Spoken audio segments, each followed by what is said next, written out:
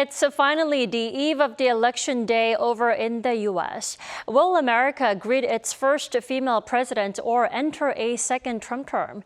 We are joined by Chris Casquejo, Voice of America correspondent. Welcome back, Chris.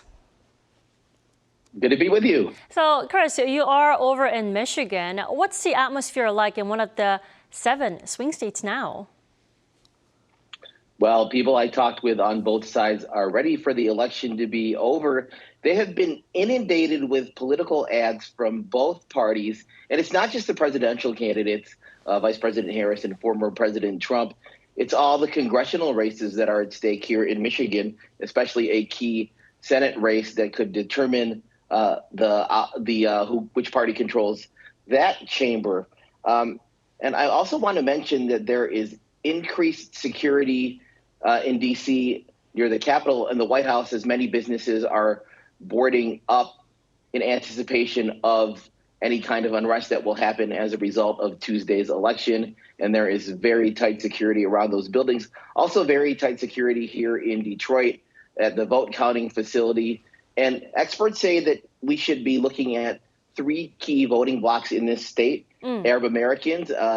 Dearborn is home to the largest Arab American population outside of the Middle East, and actually the first Arab majority city in the U.S. as of 2023. Auto workers and Black men, as Vice President Kamala Harris is trying to hold on to Biden's support in that key group, as Trump has made inroads or is trying to make inroads with that key group. Well, of course, it's the final day of their campaign. Now, walk us through where and how the 2 candidates are spending the eve of the election day. Right. Harris has 1 stop in Michigan, but the rest of her 4 stops are in Pennsylvania, in Western Pennsylvania in Wilkes-Barre, Eastern Pennsylvania in Allentown, Western Pennsylvania in Pittsburgh, and Eastern Pennsylvania in Philly. And those are all metro areas that have large Puerto Rican populations.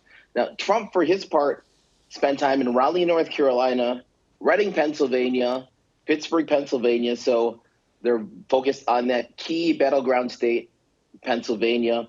And he will wrap up his night in Grand Rapids, Michigan, where he has spent the last 2 presidential elections very late at night. In 2016, he made a stop there, and it was because his campaign had a sense that it was going to win in 2016. So it's become kind of a tradition for former President Trump to spend his last campaign stop in Grand Rapids. Indeed. Now, what strategies are Harris and Trump really, pushing for in the final hours of the race then? Well, Harris has not mentioned Trump by name in her last few stops, and her campaign says that's intentional, as she wants to close on a strongly positive note.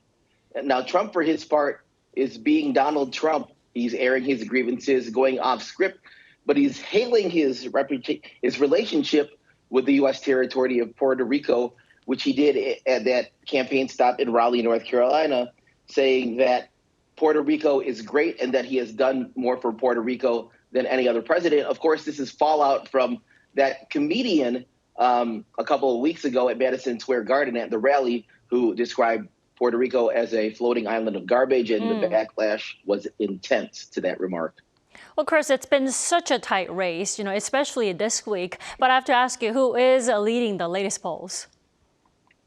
Well, we keep saying it over and over again. It's a statistical tie in those 7 battleground states. Now, some national polls show Harris with a slight lead, but again, that's within the margin of error. But there was an interesting poll out of Iowa that came out over the weekend by a very reputable pollster there, Ann Seltzer, and she says that Harris has a 3-point lead in that state, and that state was expected to be reliably in Donald Trump's corner. So if Iowa is in Harris's corner, it will really open up the map for her if she actually wins that state. Now, many experts don't think she's going to win that state, but they say that it could be a harbinger of things to come, because this poll found that older white women supported Harris, and that older men also supported Harris.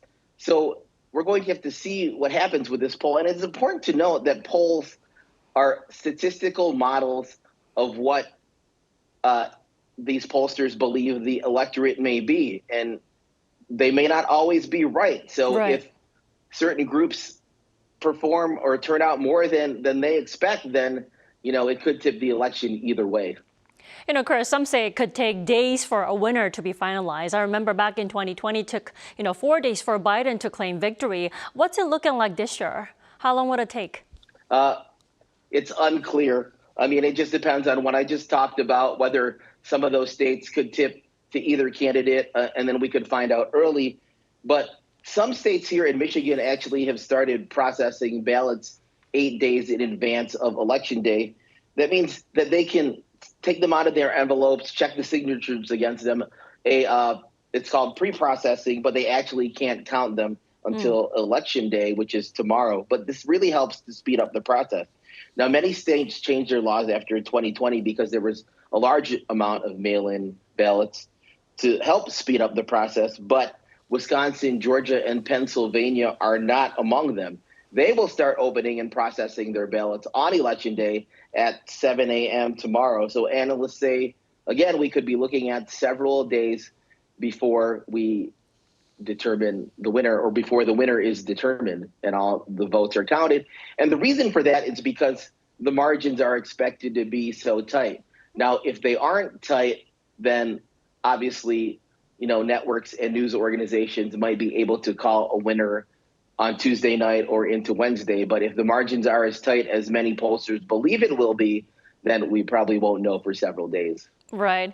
All right, Chris, thanks so much for your report. As always, we'll have to get back to you tomorrow on the election day. Yeah, we'll see you tomorrow.